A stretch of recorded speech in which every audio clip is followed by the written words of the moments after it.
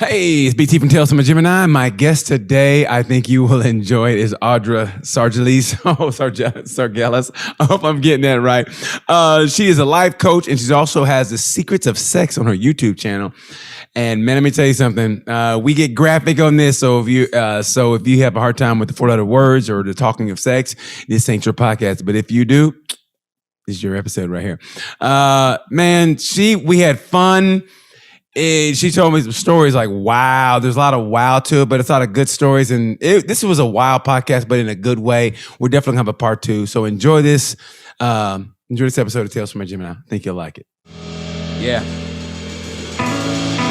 What a great day, right, Wyatt? It's been a great day. This is my favorite part, man. Every day's a great day.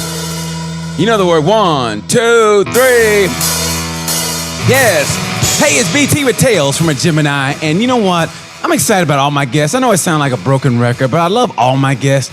But I love this because I like to step outside my comfort zone, right? I really do. So, you know me, it's all about racing usually. Every now and then I have a wrestler on or this and that. But this one, it's almost like the old me. The old me, I'm not gonna lie, man, I was out there, dating, doing this and doing that. And so I ran across this guest profile and I was like, oh, I gotta talk to her because she's a life coach and she also has the Secrets of Sex. And I was like, ooh, let me talk to her. And surprisingly, I didn't scare her away and she decided to be my guest. So let's have a nice warm round of applause. And a thank you to my guest, the green-eyed wanderlust, Audra Sargelis. Am I saying it right? Sargelis. Oh my God, I'm so sorry, Sargelis. How are you? No, everybody says it wrong. Okay. I don't want to make you mad. Oh no, man. I'm doing good. It's a beautiful day here as well. So, I mean, gotta love it. Well, and you look beautiful. I mean, from the bottom, you look great. You look effervescent. Thank you look glowing. Matter of fact, you look glowing. Thank you. So tell me, let me get know all about you and your story. Like I came across like I said, the profile. I said life coach, and then he had the Secrets of Sex. And I was like, all right, well, I got to get to know this. Like, how did you come about this? Like, what made you become the Oprah Winfrey of sex, where you knew everything and you can give advice on it? God, if I can become as big as Oprah, that would be something, right? Well, hey, you put it out there and it'll come. You keep talking like that, you put out the universe, and that's what happens. So how did you come about that? How did you know? Yeah, you know what? My knowledge is so good. I'm going to give people advice on how to throw down in the bedroom. Okay, well, so I'm a consultant. And I actually work with people. I cannot give any names. I have an NDA on that, but I work with people in the adult industry. So, like the adult industry, the adult industry, yes. Not just like a Love's parking lot where there's lot lizards. I'm talking like the real adult industry. The real, yeah, there ain't no lot lizard tank. Well, I'm sure they are somewhere. I'm just joking. Yeah, but for real, I work with people in the actual. What can I say? You can be yourself? Be yourself. Okay, that's what this is all about. Pussy is pink. That kind of adult industry. That's what I work in. Oh, well, now we're talking. Now, yes. Hey, you know what I feel like? I feel like it's a street fight, and she just do the first right cross, and I'm like, oh boy, we're in a fight now. Okay, Way to go. Okay. So I consult people on how to run a business. I mean, I can work in different areas, right? This just kind of fell in my lap, and I ended up being very good at it. And I help people in the adult industry make a lot of money. In what way, though? In what way? I manage accounts. I help them make sure that the accounts that they have are streamlined properly for, let's just say, optimum financial gain. So how to talk to people, how you want to set up an account, ideas. Okay, so let's just say it was a woman, say in her early 20s. She goes, you know what? I want to set up an account and I want to make more money. How would you go about doing it? How would you, if say I was the person, how would you go about talking to me and say, listen, here's what you need to do. How would you go about doing it? Well, first of all, I'd want to know, are you married? Do you have a boyfriend? I'm single. I'm single. Okay. Okay. Yeah. Are you open about this? Or are you not? Do I'm you open, want girlfriend. I'm open. I'm doing whatever. I'm open. Yeah. I want to make a lot of money. It's like, do people, first of all, I kind of go over like, do you really want to do this? Because one, it's a lot of work. Number two, you're putting your body, everything out there. How far are you willing to go? What are your hard limits? Understanding that you are going to be dealing with a lot of fans, a lot of requests, how to stand up for yourself and say no. But okay, so the NDA comes into play because I can't have them give out too much of my information on how I do this. Right.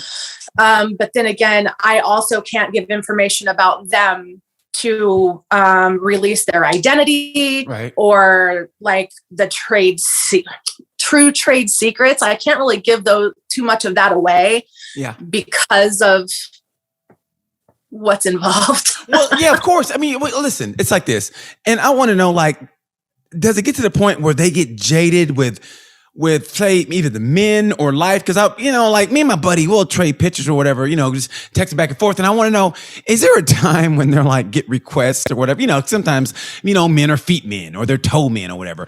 Oh yeah. I mean, is there a time where women just go, oh God, these guys are just, do they get jaded? Like, yeah, oh my God, I can't believe I'm doing this, but it pays good. I mean, do they get jaded? Yes. It's really overwhelming.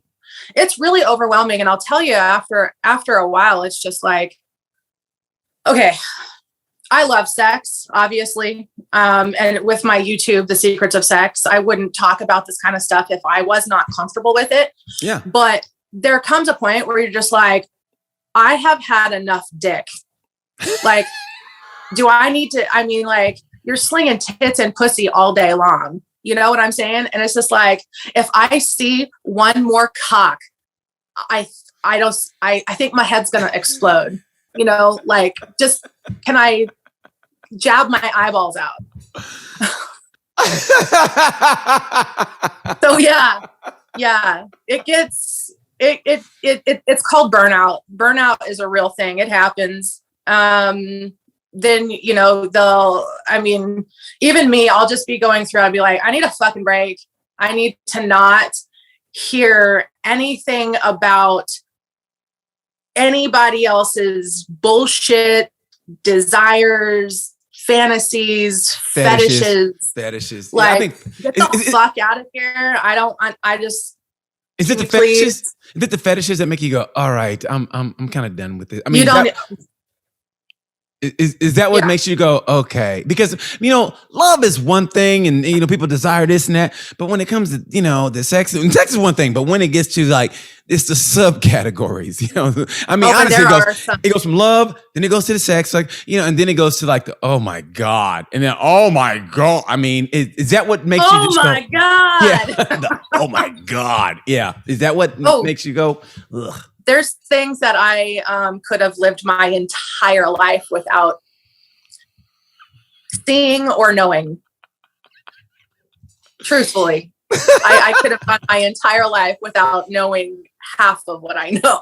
Yeah. Now, are you glad though that you fell in love, or that before you got into this kind of business, or you found your significant other before this kind of business? Oh yeah.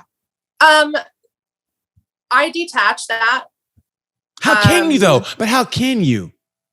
Because that's not my life. Okay. That's not my life.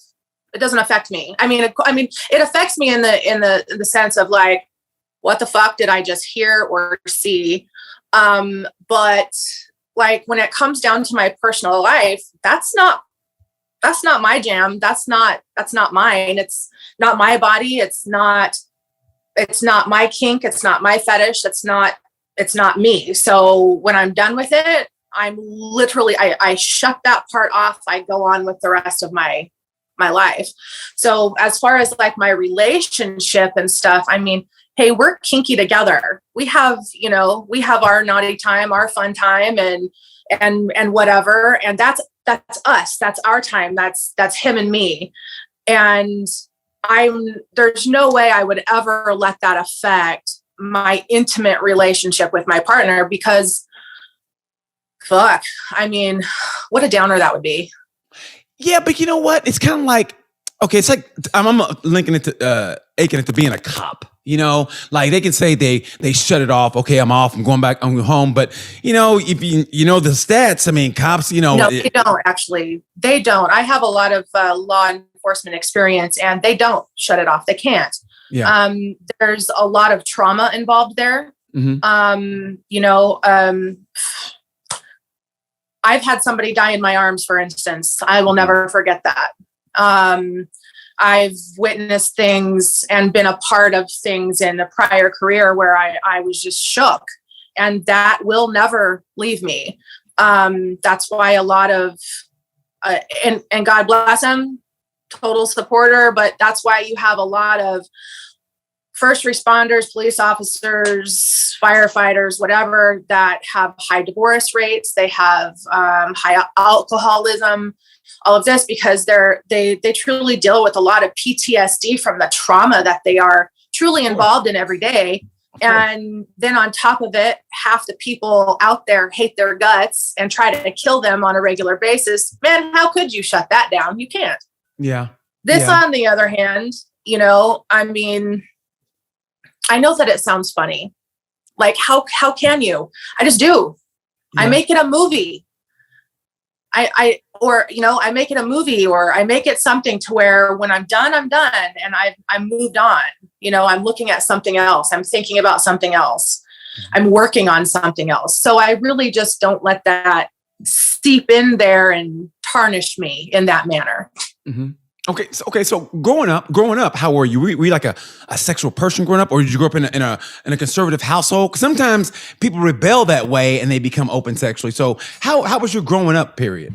I was a jock. Hold on. Let me guess. Let me think. Don't say anything. I'm gonna say basketball. Basketball. I've played basketball. No. So I played volleyball, softball. Softball. You were a catcher. No, I was a pitcher. I was gonna go pitcher next. Okay. Yeah, I was captain and pitcher, and then I'd play outfield because I got an arm. So. Okay. Yeah. So softball, volleyball, captain. I was in track and field. What event? High jump, long jump, 100 meter, 200 meter, 300 meter. Relay. So you had some speed to you. Yeah. I also wrestled, and I played a little football. What position in football? What position? I was running back and defense because, I mean, look at these shoulders. They don't even fit into my frame damn near. Honestly, linebacker. I love your shoulders. I didn't want to say that because I didn't want to say that when I was hitting you up because I thought it would have sounded, like I was coming up to you. But yeah, I love your shoulders. I think to me, a woman with nice shoulders and some traps, I love. I'm one of the few men that love that in a woman. Man, they got a nice little they can lift. You know what I mean? Well, and that's another thing. I was Washington State Strongest Woman 2009. Competed in strongman. Congratulations. Thank you. So I mean, I grew up as a jock, and for a long time, I was little, and then I had a summer where I just exploded in growth. And then I went to school the next year. I think it was fourth to fifth to sixth, something like that. And then I was literally a head taller than everybody else. I looked like the Jolly Green Giant. I was so big, just compared. Yeah. And then, I got bullied a little bit because here I am, I'm bigger than everybody else. And I had really, really long hair. And then my stepmother cut my hair off up to here. She chopped me. Why? And then I ended up having a buzz cut. I had that 1980s buzz cut. So my hair could grow back. Yeah. Oh man. Why did she cut your hair? Because she's a cunt. That's why. She was not a friendly woman. So yeah. Okay. Well, how did that in your growing up then? Did you rebel against her or how did that work out? my mother ended up getting custody of me when I was 7. Okay. And then I've always been like a social butterfly, right? No, you? I can get along. I know me. No, get out of here. You? So I can get along with anybody damn near. I can talk to anybody. I can verse on quite a few, quite a few topics. And so for just a long time, I think sports and then hanging out with the boys. I mean, I had some girlfriends, but compared to my guy friends, I had a large group of male friends that I hung out with all of the time. I was more comfortable with them. And it wasn't really until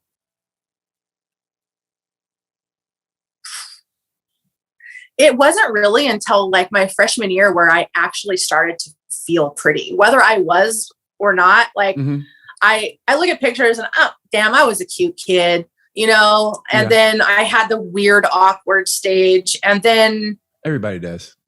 Yeah. But, I just never felt pretty. I never felt like anything, just until I always felt like that tomboy. I was just the jockey tomboy girl who had all my boyfriends, guy friends, and that was that. And then all of a sudden, like my freshman year of high school happened and I had attention. Now, was it sports that gave you confidence in yourself? My grandparents. Okay. And how did they instill the confidence in you? Just that I was smart and strong, and they always told me how pretty I was and how much they loved me, and how they told me that I could do anything. I could do anything. That's beautiful. And then my dad later, he was just, always telling me how beautiful I was and how strong I am and how smart and just work hard, baby. Just work hard and you can do whatever it is you want to do. And just having his support, and then my mom was always supportive of me too, but it was just more so those. And then when my peers started seeing me differently, I started seeing myself differently. So it took a little bit for the self-confidence to build up, because I went from really little and then, like I said, being like shot up over the summer ahead of everybody. And then I had gained some weight. And then because it's that weird, awkward stage, and then it went back down, and I don't know. I don't know. It's really weird. I always have watched other people struggle with how they look or their self-esteem, and somewhere along the way, I was just like, you're fucking enough. You're enough. Yeah. And if you're not enough for them, fuck them. You're enough for you. Okay, but were you saying that back in your day? Because now, yeah, you hear that a lot now, because the way we are now, which I think is, and I always say, if you don't watch the news, I think it's a better world. I really do. I think it was junior high. Okay. Yeah. And not to get in your business like that, But what year did you graduate high school? That's why I do it. What year did you graduate high school? 99? Oh, 99. So you missed out on the good stuff then. You missed out on the good stuff, because I saw your post about top movies of the 80s. Man, I was like, top movies of the 80s. I go, okay. I'm an 80s baby. Okay. The top 5 movies of the 80s. Top of the head. Top 5 of the 80s. Top of the head. Top 5 movies. You want mine? Yes, yours. Top 5 movies top of the 80s. Top of the head. I'm going to get so much shit for this. Mine are not normal. So one is called Fright Night. It's the original Fright Night. Okay. Number 2 is The Howling. Okay. Number 3 is Commando. Okay. No. Die Hard. No. The best line for Commando. Remember when I said I would kill you last, Sal? Yeah, I lied. I lied. Remember that? Yes, I remember that. I'll say Commando. Die Hard. And what's the fifth one? And I want to say, like, what would be my last one? Make it good. You want to know what? The Money Pit. Okay, this is over. We're done. Money Pit, really? Yeah, I'll never forget. I was little when I watched this, and I will never forget when they're filling up the bathtub and the bathtub falls through the floor. Yeah. They've had all this shit go wrong, and he stands there and he looks at it. He looks at her, and then he just starts, and he just starts going. And I will never forget that. I laughed so hard. Yeah. And then the other part is when he's outside and then he gets like attacked by bees, and then he falls into like this wheelbarrow and gets covered with the thing. And then the little like cherub pees on his head. Sorry. I'm a big nerd that way though. Like Top Gun was excellent, right? But that's not a top 5 for me. I got 2 that would top the earth. I just go with 2. 48 Hours and the best movie of all time, the original Predator. Oh, fuck yes. The original Predator. That came out in 1987. The greatest movie. And it was so much deeper than people give it credit for. Because it was because he didn't kill that woman because she was pregnant. And even though she picked up... that is Predator 2. No, that was Predator 1. Remember? Because when they were going across the river, and it was Billy and the dude that was injured because that tree hit him, and it was a girl. And Billy stayed back because Billy basically said, you know what? I know, done. He's like, I'm ready. And he goes, ha, ha, like this, and Predator destroyed it. But, so when the Predator came through the trees, and Arnold was there with the other dude and the girl, and he came through the trees, and they got knocked down, she picked up the gun. Arnold goes, no! But the Predator saw that she had a baby in her stomach, and he didn't do it. That's why. Does it show us that? Yes, because I've watched it. I've watched it at least 10 times. Watch it again. If we get through this, watch it again. And so he saw the baby. He goes, you know what? I'm a killer, but I ain't no killer. So he didn't kill her, and that's why. So he didn't do that. So he was pro-life. So Predator was the only alien Republican pro-life serial killing alien. Right. I'm going to have to look at that because I've seen that movie a billion times. All right. No, you didn't. Not like I have. Not like I have. Not like I have. Not like I have. Yeah. No, Predator's the greatest movie of all time. Of all time. Yes. Of all time. So what kind of music did you like back then though? What kind of music were you into? Oh shit. If you graduated in 99, you had to grow up with the Backstreet Boys. You had to. Oh yeah. I Backstreet Boys, NSYNC. I listened to a lot of country, Garth and Brooks and Dunn and Reba and all that. But I did listen to NSYNC, and I wasn't a big Backstreet Boys fan. It was more NSYNC. And then just all the pop. Like I listened to Tupac and I listened to all that. I'm just golden oldies to opera to classical. I listen to everything. So except screamo heavy metal. I don't listen to that shit. Oh my God, I love heavy metal. I'm a metalhead. I loved it. I mean, I looked at you now, and to me, you look like you were a metalhead. You look like you were a Dawkins fan, or who else do I love? I love Dawkins. I love Van Halen. Van Halen's, but like Poison and Queen and Elton John. Yes, that's a good music. That's kind of shit. Billy Joel. Do you remember what song you lost your virginity to? I can honestly say there was no music going on when that happened. Oh my God, what happened there? Is it a good story though? I don't want to bring up bad memories. Is it a good story?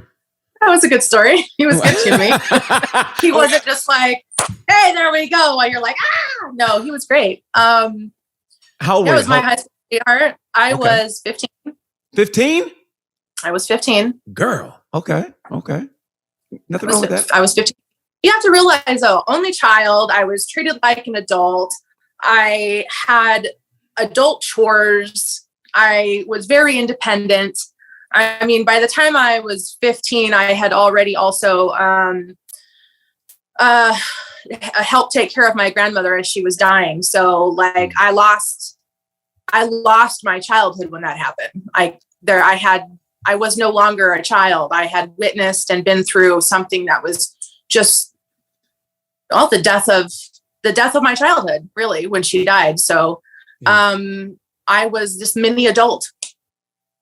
I was a mini adult, and I was 15. He was 18. He was captain of the football team. How great is that? That's like stereotypical love right there. Captain of the football team. Yes. So how did it go down? How did it go down?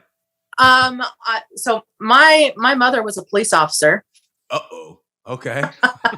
And she was out on duty, and he came over to the house, and we were just talking and all that good stuff, and talking led into making out. And then so at our old house, like there was the front door, and then you have like that first entry, right? Yeah. So he walks in, and then like he literally like picks me up against the wall, all that good stuff. And then right there in the hallway.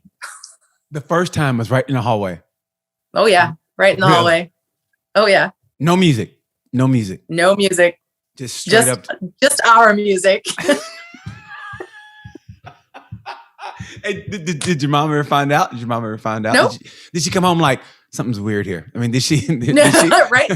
Smells like sex in here. Exactly. What have you been doing? There's that weird heat when you walk. You know, when you go to a room after somebody says, is it weird kind of heat? Like, hey, wait a minute. It's something that. Okay. Yeah. No. She never knew. And when did I tell her? I told her when I was much, much older, like in my 30s, probably. Exactly. Yeah. You can't really tell your parents stuff like that. I know. Nope. That's great. I waited. She was just like, "Oh, well, you didn't," and I was like, "Yes, I did." So did that lead to you having a positive attitude about sex, or did it lead from that, or did it lead from just your growing up in childhood, or whatever? I've pretty well always had a positive outlook on sex. Honestly, I don't get the taboo about it. I don't know why. I don't get why people are so damn uncomfortable to talk about sex and to talk about what they like, and especially with their partners or their potential partners, or just owning your own sexuality. It's fine. And just because you like sex or you're sexual doesn't make you a gigolo or a whore. It doesn't make you a whore just because you're confident about it or because you like it. Well, here's something, and that's perfect. I wanted to come in and talk about, because you talk about it on your Secrets of Sex. Look at her up on her YouTube channel, Secrets of Sex, by the way, which is great. She does a great job on it. Is that, and I believe in this, and you talk about this with the relationship with prostitution and the church from the get-go. I mean, from the inception, okay? Yeah. And I'm a firm believer, just through trial and error, the people who've had a hard time with sex, and here's the way I think, it's just my philosophy, my theory is that it's usually Catholics who have a hard time with sex. It's like it's out there, but they're made to feel guilty about it. So they can't really enjoy it, or they put a guilt on it. And like they're made to feel guilty about everything. In my opinion. Yeah. And I think when you put religion into anything, especially with sex, and how it's like it's thrown out there, but we're made to feel like guilty about it. Like it's out there, but I got to feel guilty about it. And I think that's always been the hang up with at least the United States, from what I've seen here. It's like that's always it's like a guilt trip. It's like I feel guilty about liking this. And when it comes to relationships, and this is probably where you'll get into it, being the professional that you are, is that sometimes, okay, so you meet somebody, right? You go, oh, this girl's pretty. I always want to go out with her, and she might not like the same thing sexually you like, but she's great in other avenues. So it's like, say you test the water. Say she doesn't like to do this, but that's almost a deal breaker for you. Like they have to do this, and she says, "Oh yeah, no," and she says like, "No," like there's definitely a no. Then what do? Like your heart's with her, but she didn't want to do this, so it's like, Jesus Christ. There's compromise. Okay, but what? Okay, let's just say, what if your fetish is armpits? You love armpits. I like shaved armpits that aren't with no deodorant. I love that. I love a woman with shaved armpits, no deodorant. Because they're soft. That, and I just love that. I mean, I always tell girls, don't put deodorant on. I like that. So let's just say her thing's like, no, that's gross. No. How do you compromise there? How do you compromise? But she's great in other avenues. And you're like, I don't want to lose her, but this is kind of really important to me. Yeah. Well, some things, if there is no compromise in those things, and people say this all the time, and I have to, again, I do disagree on this. People say that, oh, sex isn't important in a relationship. Yes, it is. Yes, it is. It's part of your relationship. It's a part of your intimacy, your trust, your bond. All of those things that kind of bring you together and keep you together as a couple. Once you are so comfortable with your sex level and your partner, you can talk about anything, because, hey, I want to touch your armpits. Okay, well, that's new and different. So when you have somebody who will not do certain things with you sexually, your relationship is damn near doomed to not succeed. It's just the truth. And I think that's where the straying happens, to where like somebody strays a little bit. And I mean, I'm a firm believer. They stray, but they also have resentment because they opened up to their partner about something that is sexually important to them, or it might not even be sexual. It could just be like, I just like the feel, or I want to touch or something. And they're like, fuck, no, don't touch. It's like, don't touch my belly button. I don't know why. I don't like my belly button touched. Leave my belly button alone. So if somebody's armpits are like, no, I'm too ticklish. Okay. Well, I get that. Yeah. But there are ways to touch your partner in ways that are not tickly. It's a sensual, I just want to feel. I don't know. But when it comes down to those certain things, and if there can't be the compromise or the share, the give and the take in the sexual area, your relationship is not going to make it. It's not, because somebody will find somebody else who is open, who is comfortable, and who would like to share that with you. Whether or not they really enjoy that or not, they either value you enough, they love you enough, they're like, it's just my fucking armpit. They don't care. But I think the biggest part, at least as a man, if you hear a woman go, "Oh, that's gross," or it's immediate, like you can just tell that it's not going to happen. If they go, maybe, it's like, okay. Yeah. But if they're like, "Gross, no," then you go, "All right, well, here we go." But I think that initial, "Ooh, gross, no," that's not a hard no. You don't think so? No, I don't, because this stems back to the people don't talk about sex. People are not open about it.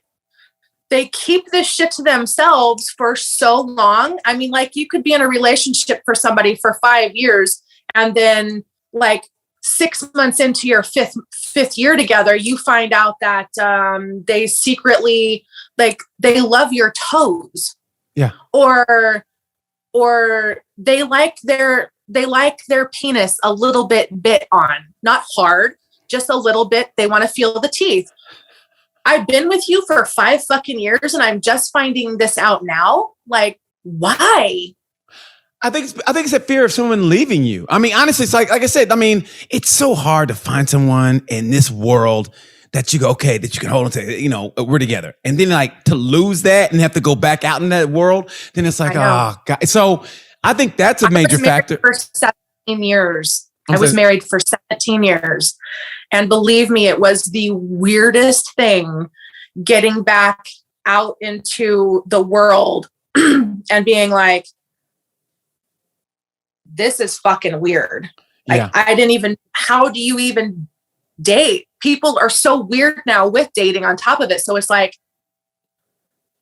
I don't know what to do. And like, are we exclusive? Are we not exclusive? Or like, can we have sex now? Do we need to wait? Like, when do I start talking to you about things? How do I let you know what's important? So when it came that for me, but this is my personality on top of it, is like, I am forward, listen, This is my hard limit. This is a no for me. This is a no for me.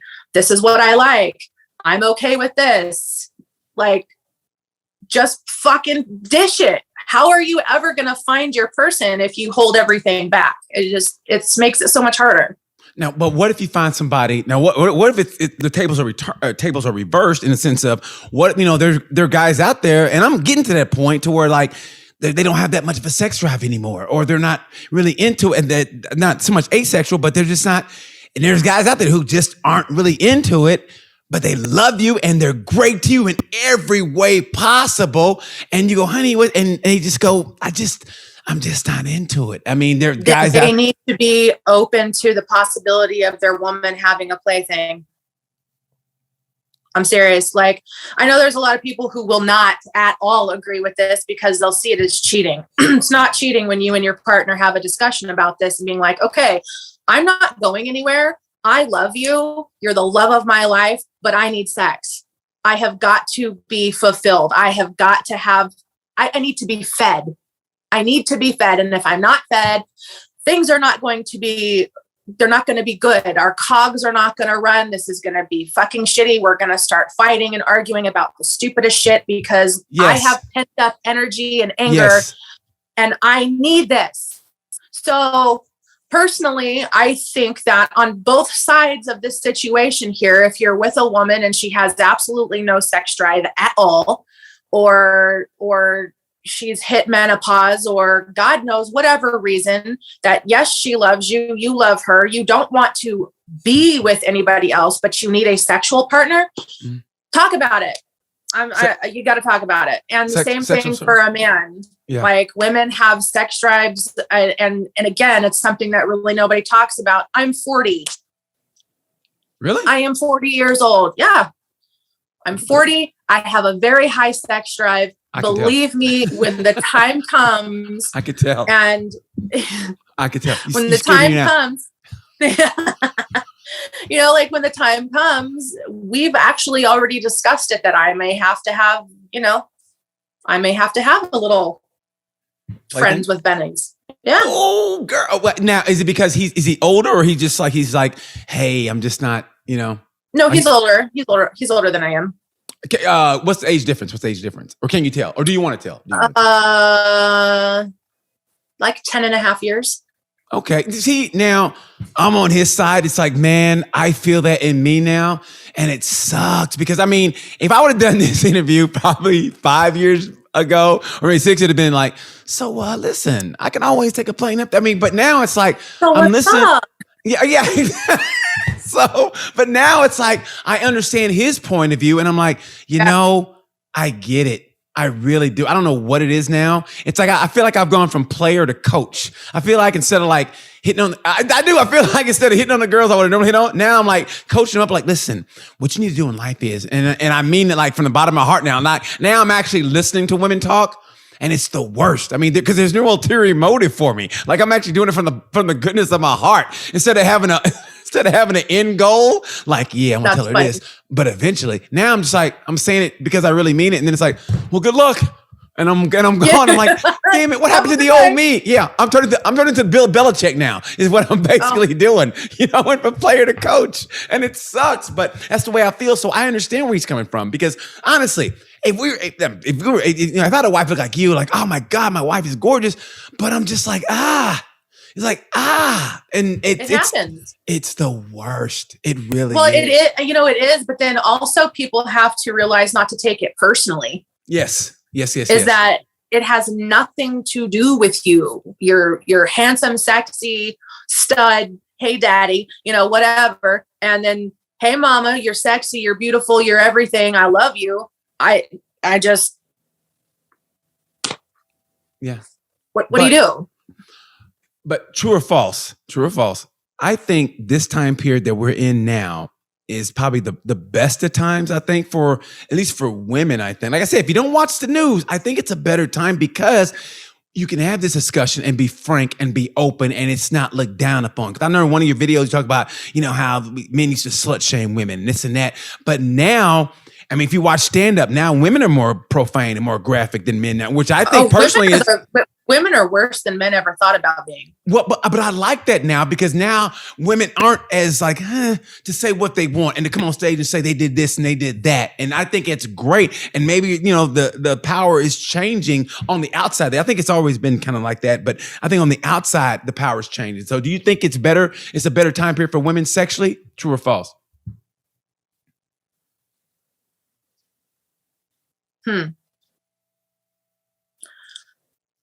The way society is now, true. Yes. But okay. I think there's also been a lot of things that have happened to, and not boy. No, get it out. Get it out. Come on. That's what we're here for. This is not popular. So, the Me Too movement happened, right? Yeah. And after that happened, it instantaneously became a bad thing for a man to say, "You're pretty. I like your hair. You smell good. I like your clothing. You're beautiful. You're sexy." Like, I'm sorry. I personally don't ever see anything wrong with that. And then he said this. I would be like, so? Like, you are pretty. You want me to say you a dog? Like, what's up? Well, I hear you on that. And what I always say is, and I used to do this a long time ago. I like to think I was ahead of my time. But what I do, there's a way to do it though. Like, okay, let's say I didn't know you, right? And say I came in and saw you on the thing, go, "Oh my God, you look very pretty." And I would say like that. So you go, "Thank you." Instead of going, "Damn, girl, you look good." And then you may go, "Oh my God, that's kind of creepy." You know what I mean? So there's a way of saying it. But it also then put this thing out to where a lot of men have been afraid to be alone in almost any atmosphere with women, because they're afraid that even if she got pissed at him, it would turn the tides on him. And then like, he sexually harassed me. So like, in a way, it's kind of shitty. Like, I'm happy that women have finally come out and been a lot stronger and been like, "Hey, this is not okay. So this behavior is not okay. And if I want to wear something provocative, I fucking will. And that doesn't mean that I want to fuck you. Or just because I smile at you doesn't mean that I'm like, hey, send me your dick pic. Thanks. I want that. No, it just means, hey, like, like, I am friendly. I smile at everybody. I talk to people. I even touch people when I talk to them, but that's how I am. That doesn't mean I want to fuck. But you understand what you're dealing with men, and that's where I understand the Me Too, because yeah, you're saying that, and I'm with you, and I'll be the first one to say it. And I was saying this before. I was wanting to put it in the act is that now I don't really feel comfortable telling a woman she looks nice. I'm like, you know what? I'm gonna let that go. That sucks. I'm gonna go. You know what? She knows. I mean, I gotta go. Yeah, she knows, and I'll just let it go. I mean, I'm trying not to say. I'm trying to say anything at all. Why can't? Like, I really do wish some things would go back, honestly, to like 80s, 90s, where your fucking feelings weren't hurt so goddamn easily. Like, shut the fuck up. You know what? Who gives a fuck if you don't like what they're saying? Who cares? But do you remember the days in the night? Do you remember days in the nightclub back in the 80s? What you're talking about when the women would be on the wall and dude to post up to him like this? I was like, yes. Even back then, I was like, that's really uncomfortable, guys. I mean, that's uncomfortable. They'd be like, you know what I mean? It's just they'd be like, yeah, girl, yeah. So anyway, yeah. Exactly. Like, no, not that part. But like, how come it can't be like, I don't like you? Okay, have a nice day, Felicia. Like, who gives a fuck? Or like, I don't have to like everything that you do. You don't have to like me as a person. I don't have to like you. I don't have to agree with your choices. I don't have to agree with anything you do, actually, but you don't have to agree with me either. Can you just like move along, like enjoy your life? Be like, okay, that's not for me. Bye. It's so easy to say, but I get, and that's why I call this Tilted from a Gemini, because I'm a Gemini, so I see both sides. I'm a Gemini. When's your birthday? June 18th. June 8th.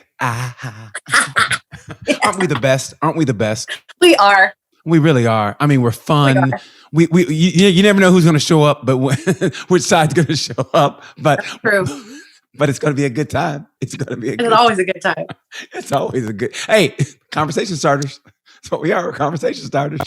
We're a good time, But no, I do see both sides in the sense of, you have to understand, I tell women all the time, I tell them this, I go, man, I think it's great that you talk like that. And, maybe you touch people when you talk to them, but man, with men, you're dealing with fucking monsters.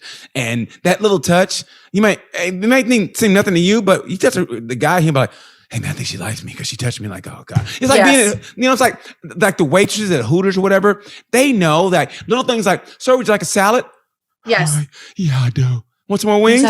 Yeah, I think she likes I'll take anything you want me to have. Thank you. Exactly. So you're dealing with that. And then, but what you're doing is, and it's no fault of your own, but I'm telling you, you're dealing with monsters and you're rattling the cage. So when you get off work, he's like, hey, so, I was thinking maybe we can. You're like, oh God, how did you know my car was parked here? I was just thinking maybe, and you're like, oh geez, all because you touched his hand. And that's what you're dealing with. And sometimes, like the song says, we grew up in the same time period. Sometimes you got to be cruel to be kind in the right manner. Right. You know? So I was attacked. I was attacked when I was 15 years old. And he had actually been stalking me at my high school. How old was he? Oh my God. He was, he was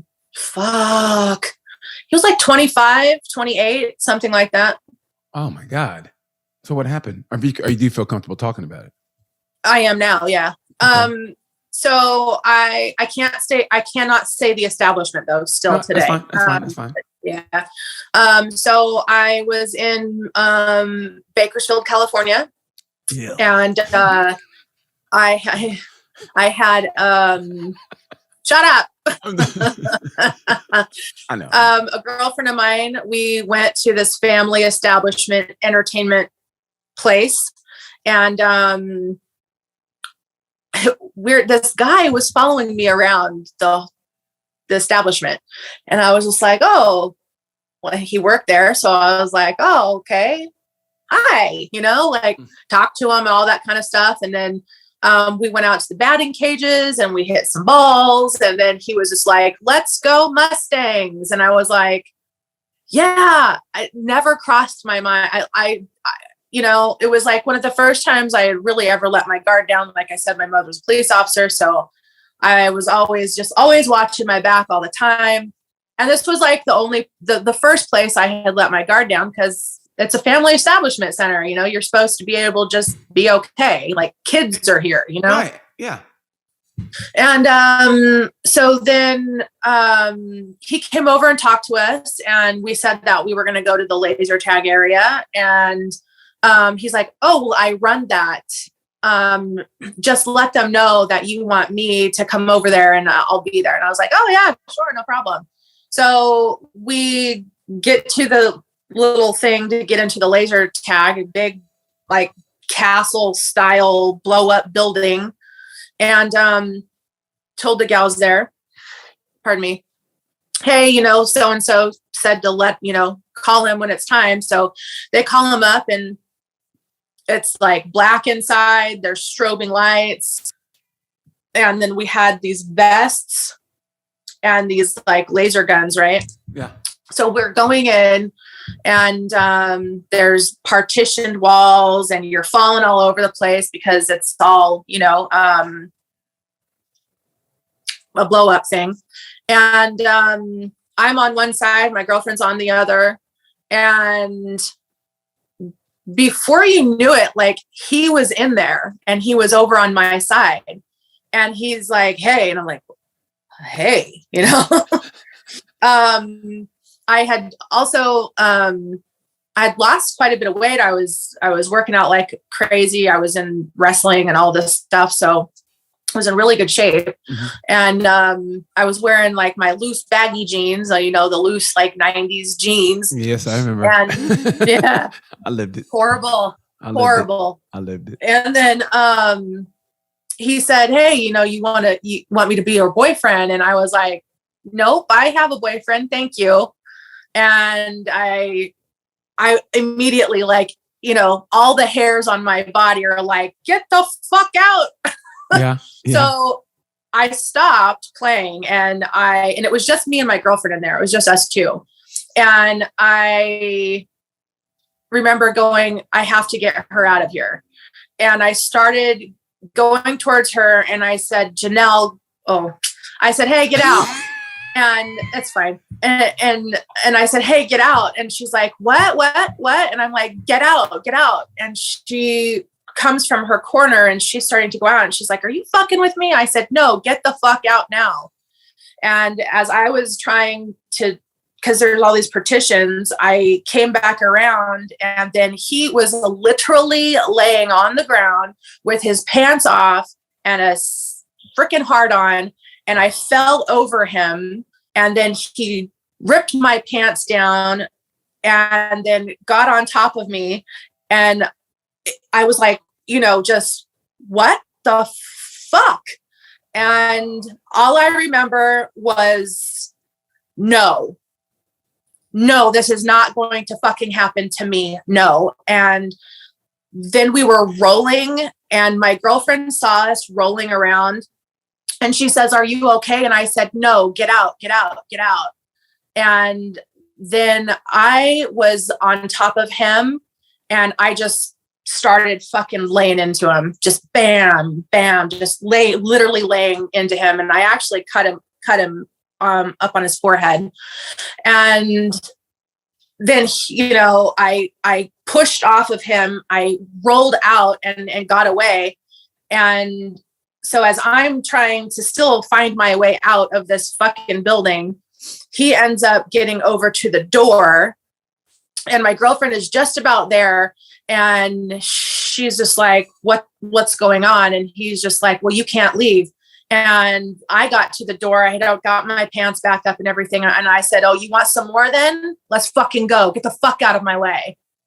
And he looked at me and I said, I mean it. I said, you want to go? Because I'm ready to go. Bring it. And he knew I was serious, that I was going to fight my ass off. And he got out of our way. I literally grab her, pull her out. And she's like, what happened? What happened? Are you okay? And I had a tear in my shirt and he had actually ejaculated on my pants. Oh my God. So we got out and got our shoes. Goodness. And then I went and called dispatch immediately and called them. And I said, hey, this is so-and-so. My mother is so-and-so. I need dispatch to come immediately. This just happened. So then detectives came out, all of this. The establishment actually hid him. They told him to leave. And so his father-in-law worked at my school as a security.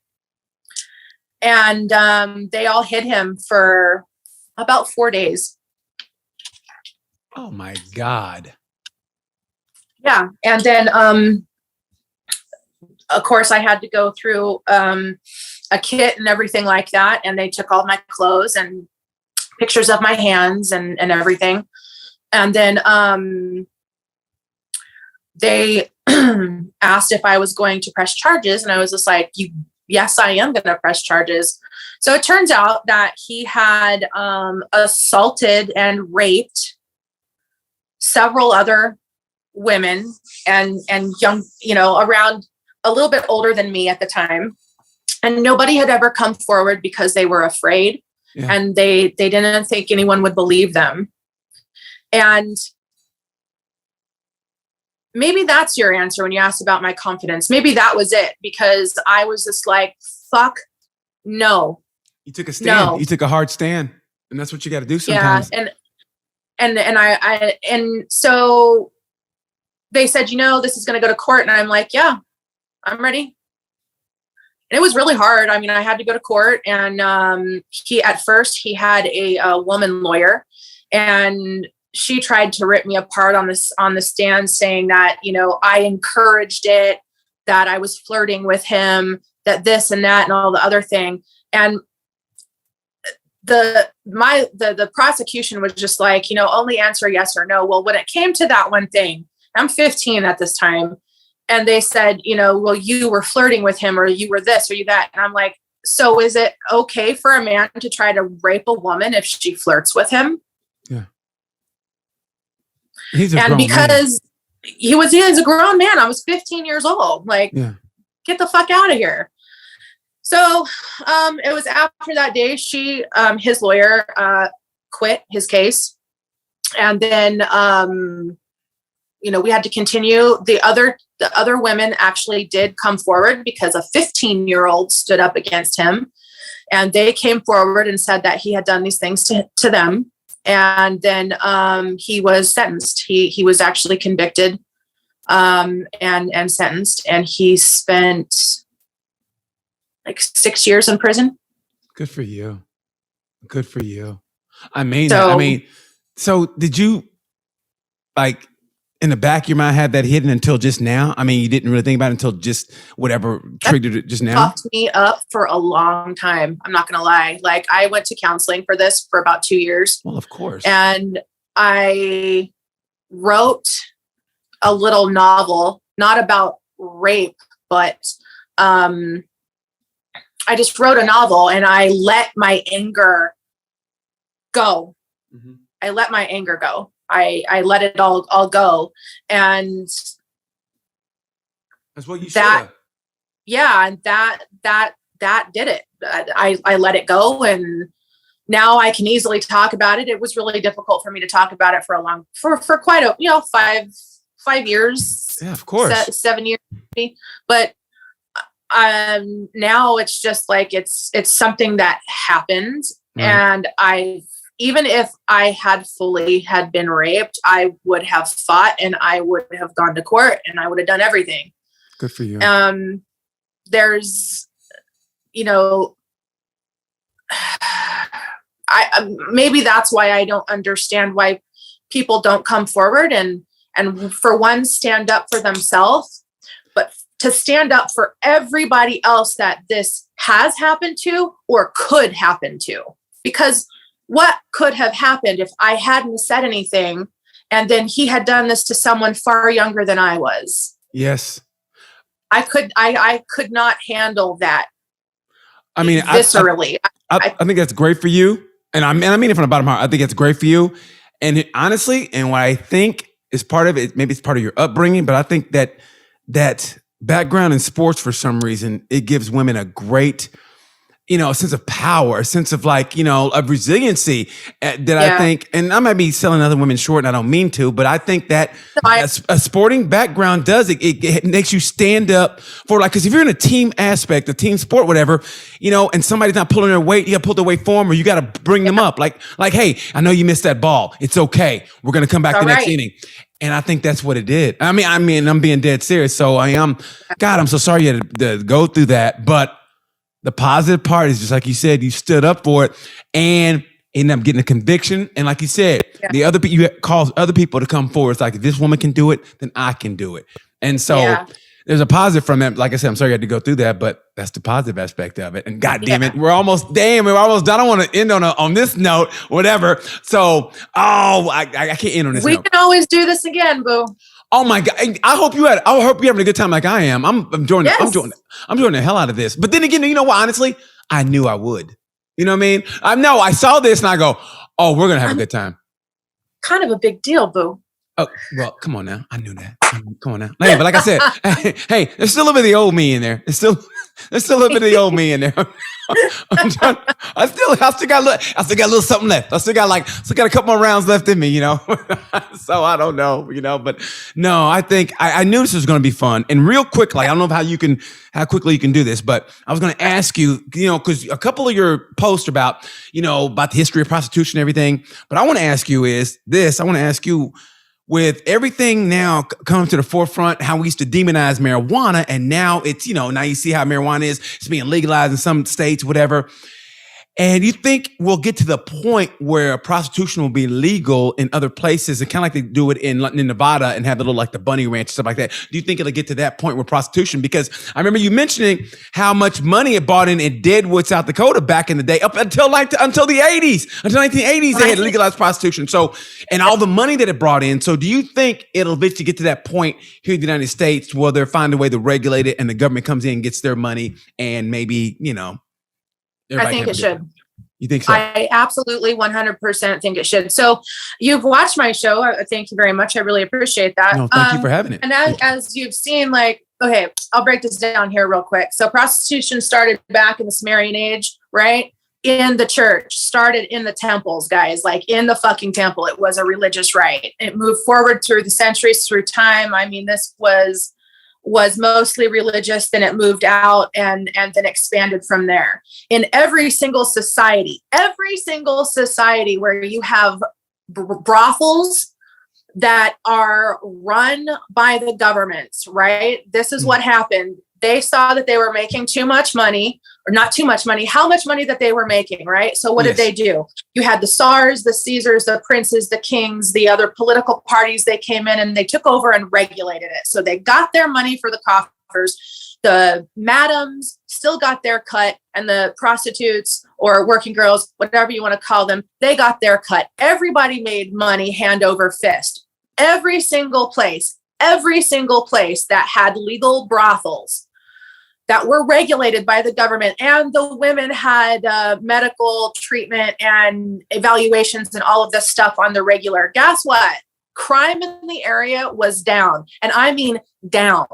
When they first came over in Pittsburgh, Chicago, New York, in I forget what date it is, they tried to shut the brothels down, right? In 3 days, they had to allow them to come back because crime went fucking rampant. You had murders, rapes, assaults, robberies. Yes. It was mayhem. So when they brought it back in, what happened? Everything went back to normal. Crime went back down. Nobody was upset. Nothing. Everybody was happy. Deadwood had prostitution until 1980. The women who ran the brothels in Deadwood, do you know what these women did? They were pillars of their community. They did hospitals. They helped pave the roads. They built schools. They got school supplies for children. They ran slop houses, food for the homeless. They did all of this shit for their community, still made money, and everybody was happy. Man, you know what? I wish I could delve into it. We gotta go, but man, I'm glad you got that point out. I wanted you to get that point out, but we had so much fun getting to know you anyway, so I thought it was great. I mean, who knew you were a wrestler? I just knew you were a hot woman who talked about sex. I said, well, we got to talk here. I'm just glad I contained myself. I think Wyatt, my producer Wyatt, knows the real me, and I was able to contain that, Wyatt. So I'm happy about myself. Well, so coming up further, I mean, I still have some more work to do with prostitution. I'll be closing it out here pretty soon, but I'm going to cover HIV. I'm going to cover why things really happened. And really it was the Women's Temperance Union in the 1920s, 1919, 1920s. That is really the turn of the tables where being more proper came into play here in the United States. But I'll be hitting on historical figures who used sex as a weapon, such as King Henry, as Cleopatra, Marquis de Sade. We're going to do a part two. We're going to do a part two. I don't know when. We're going to do a part two. We're going to do it soon, sooner than later. Is that good? Awesome. I'm happy. Yeah. Because I am enjoying the hell out of it. And I think you are having as much fun as I am, because I really am. You're great. But we have got to go. All right. Audra Sargelis. Did I get it right? Sargelis. Sargelis. You are awesome. Go to her YouTube channel called Secrets of Sex. Check her out on Instagram, which is greeneyed_, greeneyed _wanderlust. Yes. Wanderlust. GRNEYED _wanderlust. Wanderlust. And Secrets of Sex on my YouTube from my name, Audra Sargelis. The Secrets of Sex. No, there's no porn on there, but I will be covering porn. I'll be covering everything. She covers everything. Check her out. Secret of Sex on YouTube. It's a great channel. Thank you so much. I mean it from the bottom of my heart. I had a great, we're at a ball, and there will be a part 2. Trust me, I can't wait to get into that. So yeah, thank you. Thank you guys for watching Tales from a Gemini. As always, leave your comments, DM me, whatever, or DM her, follow her. She is great, and I mean it. And like I say about this time, you know the word, pay.